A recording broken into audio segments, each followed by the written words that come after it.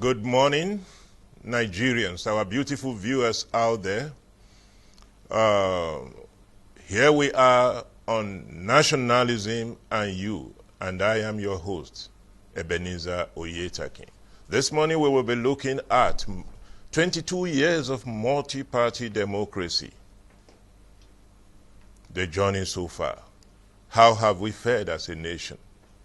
With me to discuss this morning is no other person than Ambassador Major Abu. He is the national chairman of the New Nigeria People's Party and the publicity secretary of the Inter-Party Advisory Council, IPAC. Major Abu, Nationalism and You. It is my responsibility to build my country because I have no other country than it. Thank you very much. Thank you. That is the message to all Nigerians. We must wait to build this country. Do everything, pay every sacrifice, and heal all wounds to build our nation. Major Abu, 22 years of multi-party democracy. You have been all around. How have we fared? Well, thank you for this opportunity. Each time we have the opportunity to discuss the progress we've made democratically as a country, we are always quick to say it's not yet uhuru. We are not there yet. It's a process. Democracy itself is a process. 22 years, yes, not too much. I do understand the American democracy is over 200 years old. It's still not stable. We've put in all that we should put in as nationalists to ensure that we cover up in terms of speed so that we'll be able to bequeath a democracy that is very enduring for our children. It's not uhuru, like I said. It's been turbulent. The actors themselves have done their best. You were there too at a point before you left for obvious reasons. We've done all that is possible to ensure that we have an enduring and stable democracy. We're not there yet, but so far it's been good. Very well. Now, I want to take you on electoral arms of democracy.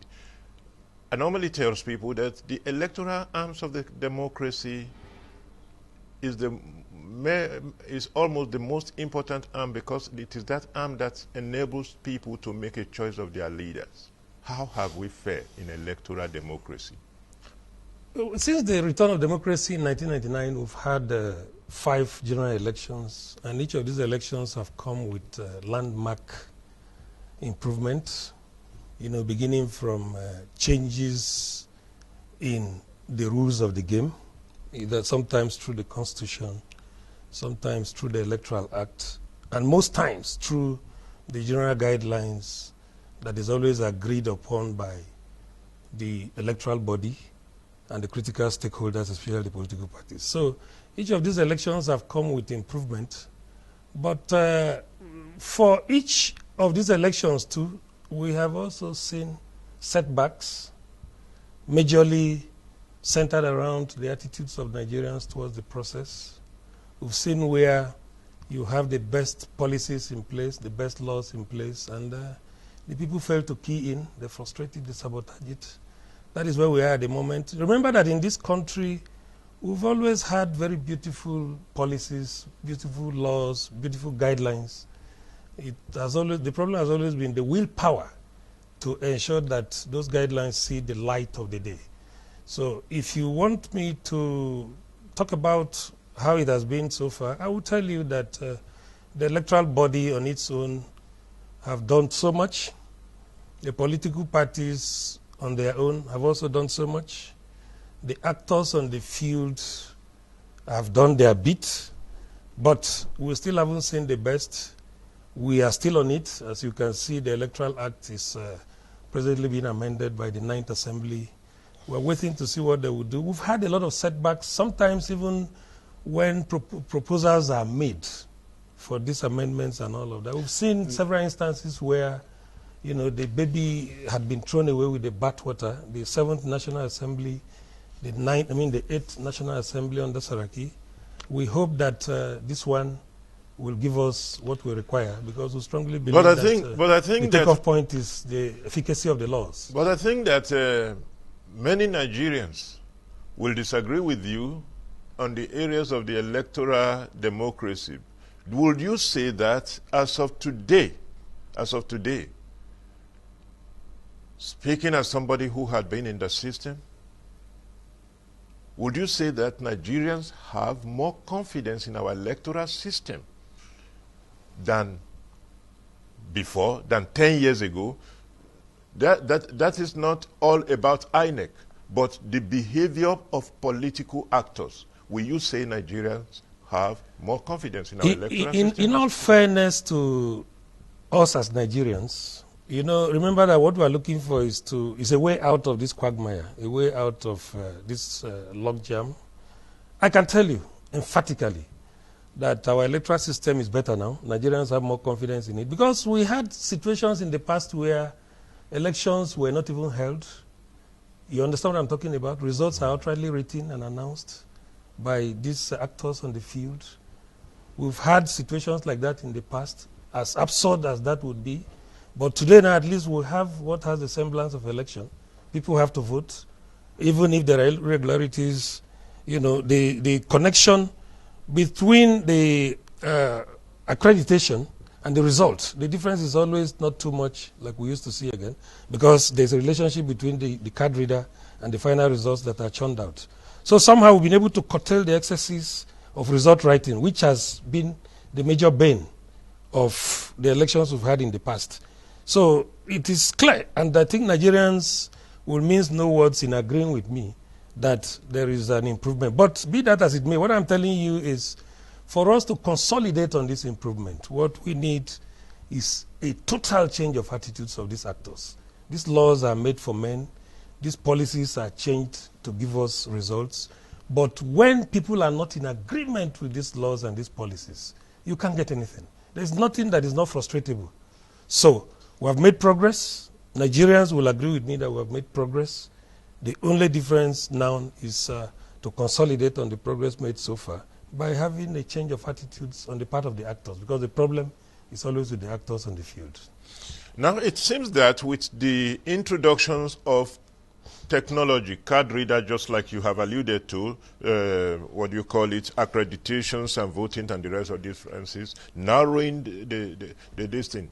Now, what about in the role of internal party democracy? Internal party democracy. I am seeing some upheaval, even right now going on in Anambra State as election is coming and that kind of a thing. How have we fared regarding internal party democracy? Well, one very unfortunate thing that I have discovered, having been actively involved in party administration in the past 20 years, consistently, one very sorry situation I've discovered about the black race is that there are politicians who believe that the only time they are seen to be doing politics is when they put confusion in the system. That's the truth. You know, we have to be blunt because we are looking for a way out of this quagmire. But I won't dwell on that. I will try to hit very quickly at the poser you have raised. Internal party democracy is a necessary ingredient in ensuring that there is stability within the political parties. When we had 91 political parties, there were wranglings here and there, some noticeable, some were not even noticeable. Now the parties are few, just about 18, as far as INEC is concerned. And so the sensor, the light, is more. You know, it's very easy to x-ray the activities of 18 people than to x-ray the activities of 91 persons. So Nigerians they are beaming their searchlight effectively on the activities of the 18 political parties. And like I said, the setback is this belief on the part of our politicians that there must always be confusion in the system. That is the only way some of them get to benefit from it. But the truth about it is that that is not necessary, because when you do that, you are necessarily overheating the polity, you are creating instability, and you're also creating a sense of fear in those who should participate in this process. It begins to affect them. They begin to say, what am I even going out to go and do? Why should I go out to go and vote? Why should I be part of this process and all of that?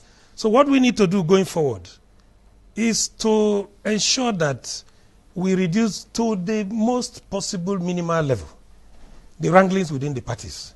My party, for instance, registered 21 years ago. I'm sure you haven't had anything that has to do with any form of internal instability or whatever. The reason is that our policies, our activities, our exercises are very transparent, and that's what is required. Some people will tell you, because you are not in power yet, by the time you get into power and you are able to rake in a lot of money bags and all of that, that they will bring in this confusion. But the internal machinery for monitoring these potential problems is very, very active within the New National People's Party. So we will not even allow us to get to that level where these things would happen. But unfortunately, it's happening in other parties, like you just mentioned, ABGA. You know, a lot of ups and downs. It's good somehow for democracy, but for us, for a fledgling democracy and a nascent one like ours, we don't need that. And for, you know, the kind of election, because Anambra on its own is always a place that when election comes, the stakes are very high, everywhere is hot, you know, they throw in everything. The Anambrarians are people who believe that they have to throw in everything to get what they want. So on its own, the atmosphere is always charged, very, very charged. So if the parties are not helping to douse this tension, and they are helping to even jack it up like it's being done in ABGA now, it's unfortunate, but I think it's not good for us, and it's not good for this coming Anambra election. 18 political parties still subsisting. We are having 18 political parties, but it is good that it is reduced from the 90-something according to you and the rest of it. Now, 18 political parties. We are having two dominant political parties. And even within the two dominant political parties, there are questionable characters, practices that does not comply even with their own internal parties' documents, manifesto, for example, and it's still way on internal party democracy, because you can't give what you don't have. Now, most of them will be operating, acting chairmanship, acting electoral, what do you call it, caretaker committee to run a political party. When you have a manifesto that states that you should run election at so period and that kind of thing, why are parties finding it difficult to maintain internal party democracy? First of all, let me, because you just said something now, I need to clear an impression. I'm a very serious believer in multi-party democracy. And I have always, every opportunity I've had, I've always read out statistics to show that Nigeria, a country with over 200 million citizens, does not have to settle for 18 political parties alone. I've never had problems with the existence of 91 political parties. The problem we had was that, not that we were too many, but that a lot of the parties didn't know what they were being issued registered to do. And that created a lot of problems within the system. That exercise flushed away a lot of serious-minded politicians. Your party, for instance, registered by the Tunji Britwaite of blessed memory, that is a respected Nigerian, was swept away. Tanko Unisa's party, registered by the very revered and respected Chief Gani Fawemi, was swept away. Peter Ame's PPA, registered by Ojius Okalu, who was governor of Abia State at the point, was swept away. What am I trying to say? I'm trying to say that the hammer fell innocently on so many parties that had their engines steaming to take off. But they will always tell you, like INEC, the regulatory body will always say, that is the position of the law. So we need to clear that, because you said that's my thinking, but that's not what I said. Now, looking at internal party democracy, any organization that is not guided by a document that stipulates how it should run or how it should operate, that organization never goes anywhere. But like you said, you also have answered yourself by saying that the two dominant parties. I don't like using the words dominant parties or whatever. The strength of the certificate that we all have is the same. The only opportunity these two parties had that put them ahead of us is that they've had the opportunity of forming government at one point or the other. And that's why they've continued to work to ensure that the remaining ones that haven't formed government remain stagnant and where they are.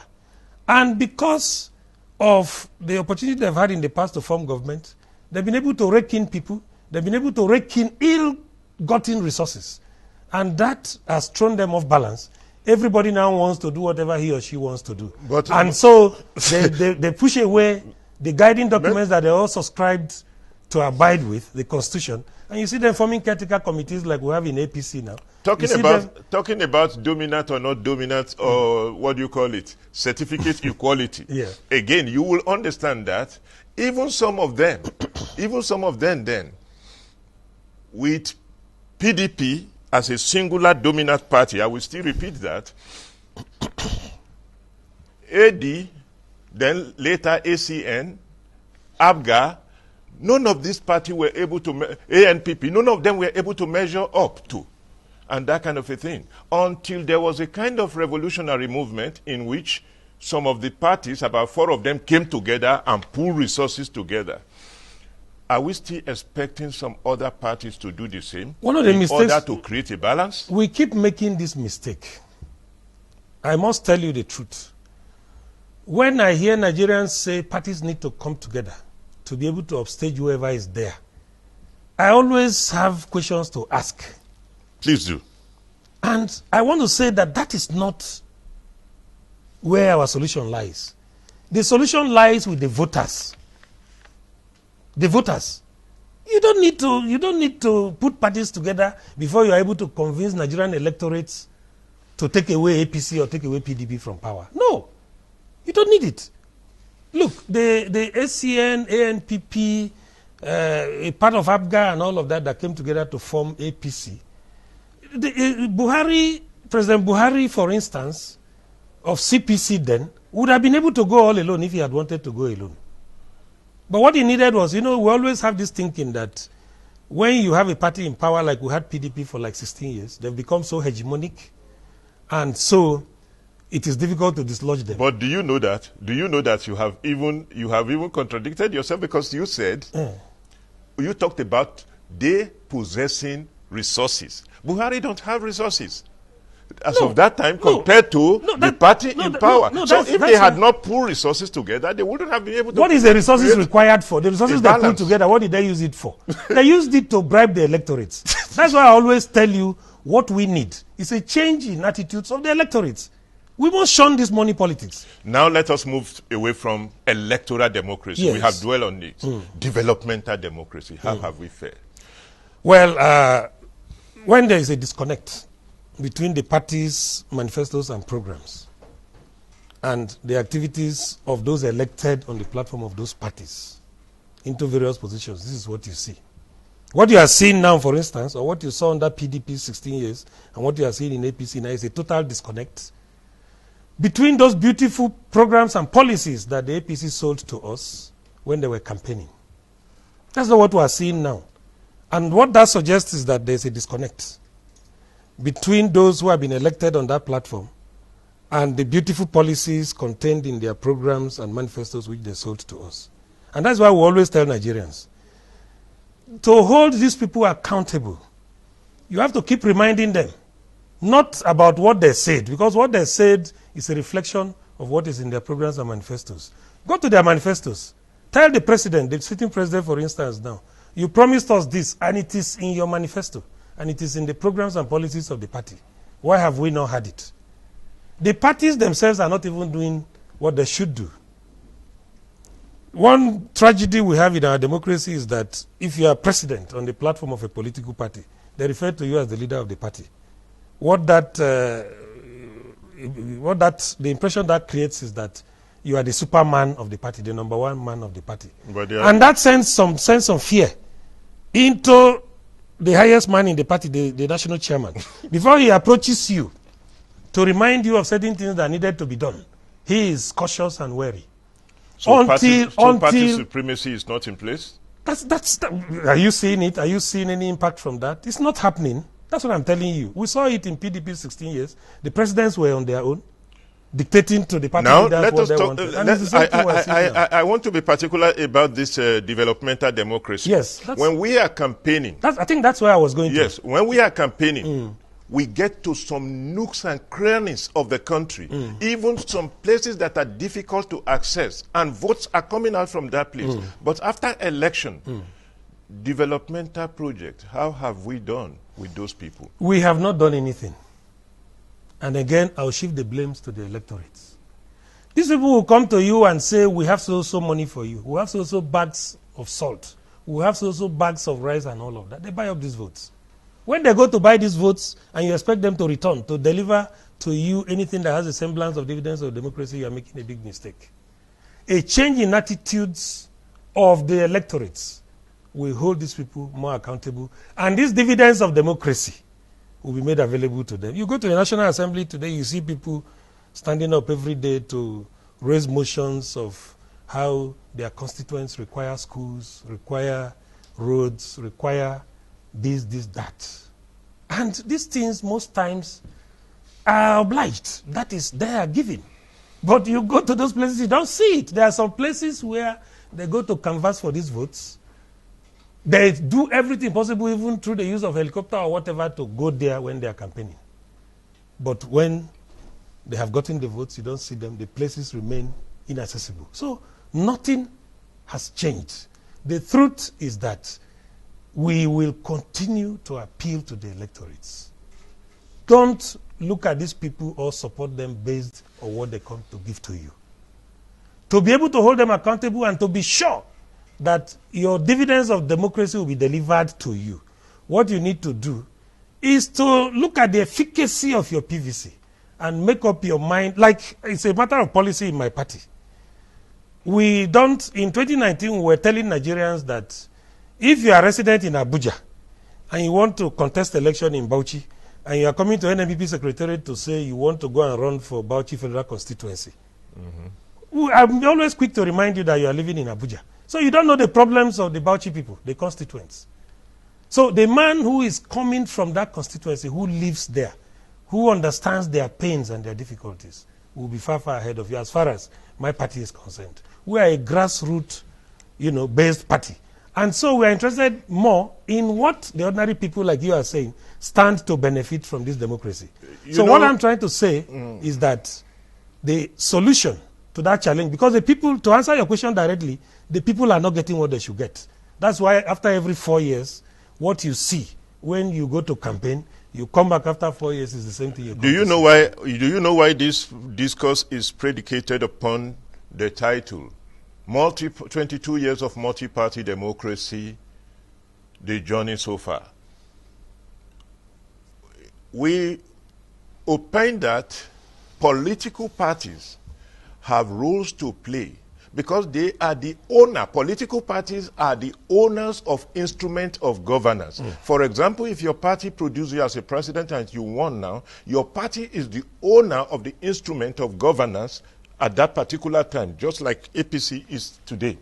Now, taking this into consideration, what role has the political party playing to ensure that in the spirit of peer review mechanism, they got governments that are in places and probably political party themselves can create impactful program at the level of electorate, particularly at the local government level.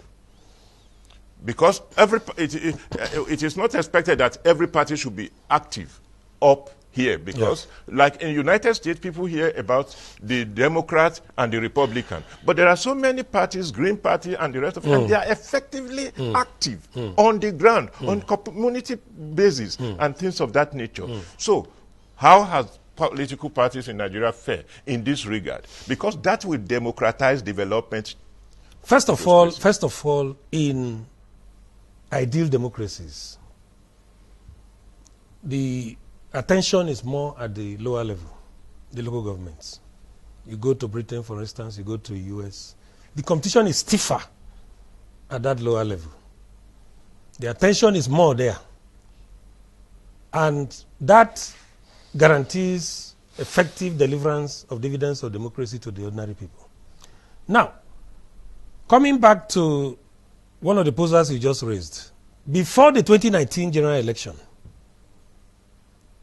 we strongly advocated for the abrogation of those, or removal of certain sections of the 1999 Constitution as amended, which vests the powers to control the local governments in the hands of the state governments, that is the executive and the legislature. That is the fundamental problem we're having in this country. As long as those sections of the law remains, and they are enforceable, because that is the position of the law, don't expect anything from the local level. If these sections had been abrogated, if they had been removed, a lot of the parties, the 91 political parties that were looking at the center for power, would have gone there. I always tell people, you are from Ondo State, for instance.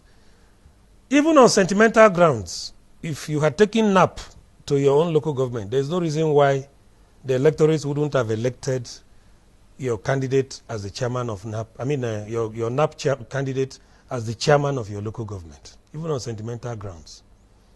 Same is also applicable to me. If I had had the opportunity and then a level playing field to take NMPP to my local government, Okpoku in Benue, for instance, there's no reason why my people would reject me and go and elect the candidate that is presented by Alhaji Yusuf Dantele's APM, that is from Kogi State. Same is also applicable to Dantele and so on and so forth. But these things are lacking. And that is the reason why the local councils are not making any progress, because these things have constitutional backing until those sections are removed. Now, you know, the other day, I think yesterday or so, I read the president where he said that he has sent money to the local government councils, and that if the council chairman want, they should go and withdraw the money and pass them back to their governors. There is something very absurd that has been on. They have a joint account from where the local councils draw their own. And that is what gives the state governors the edge, where they bring the local government chairman to their state capitals to say sign. If what is due to them from Abuja, for instance, is 600 million, they will just compute and say, okay, sign for 600 million. And then at the end of the day, what goes into the local government account is maybe 100 million or 80 million, just mere overhead and all of that and all of that. And the governors will come and tell you that that is the position of the Constitution. My anger, as I'm talking to you now, is that the National Assembly does not seem to understand the speed with which Nigerians want these adjustments they are making to the Constitution and the Electoral Act done. Because the damage that certain sections of our laws, the Electoral Act 2010 as amended and the 1999 Constitution, as it relates to our democracy, as it relates to deliverance of dividends of democracy to the local level, the damage that certain pieces of our laws is doing to our democracy is unimaginable. And Nigerians are looking up to this National Assembly to quickly harness this, put this together, so that they can have answers to these challenges. As a senior executive members of Interparty Advisory Council, have you people articulate these positions and put it on the table of the National Assembly or the Constitutional Amendment Committee? In fact, what we have presented to them in this ongoing process now is even more elaborate than what we presented in the past. Okay. Because this is a struggle that we have been in for the past 12 years or thereabout, with every successive National Assembly coming into place. I told you the 7th, the 8th, and then this 9th. The 7th, we did something like that, gave to them, it was thrown away. The 8th Assembly under Saraki, the same thing. This 9th now is even more, because we did extensive consultation, asked every political party to go down to the lowest level of their activities to be able to harness the position of its members on what could be done so that our democracy will be better. So what we have before them now is even more elaborate than what we had given to them in the past.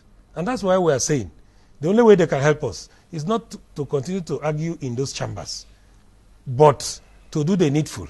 That is very quick one. Very quick one. Yeah. I have heard Nigerians saying it times and times again, that under the military rules, that the local government area councils were very functional and they got their money directly.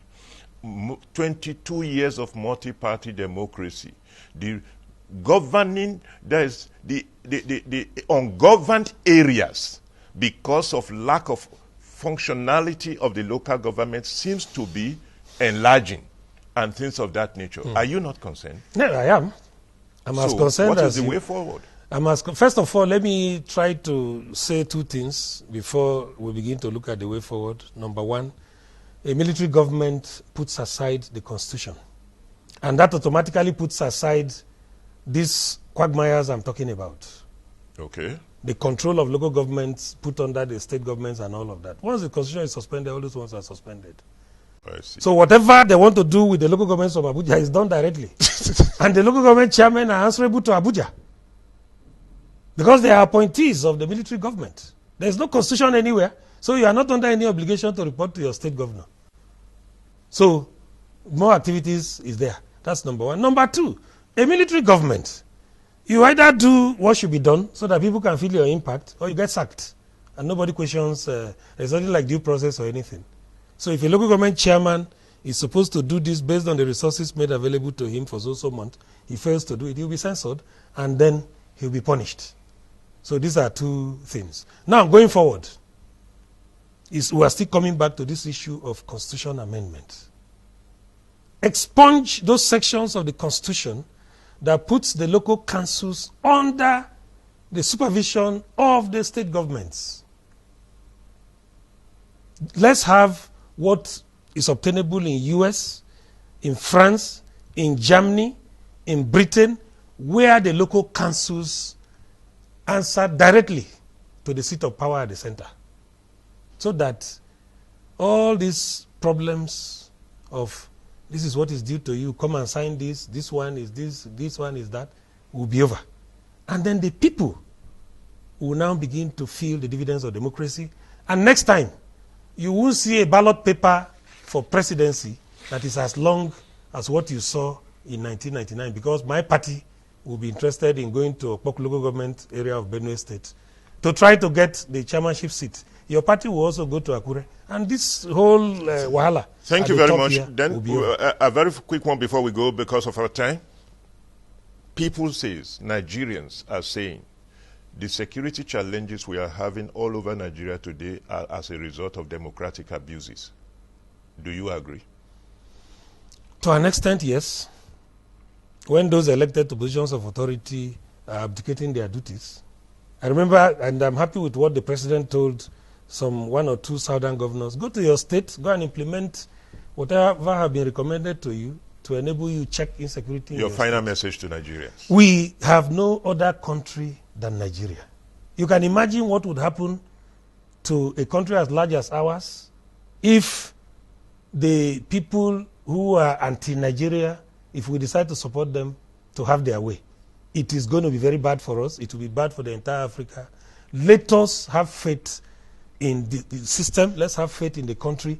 And let those who are presently leading us help us too to do the needful. Like I'm just talking about the National Assembly, they should do the needful. This will help to clean out so many of these. Thank you very much. I hope that when we call you some other times, you will avail us. I'm always available in service to Nigerians. I'm always available. Thank you so much for this opportunity. Yeah. Stay tuned. Don't go away. We are coming up with the next discourse, security challenges and citizens' participation. We still remain here this morning on ITV. Certainly the best.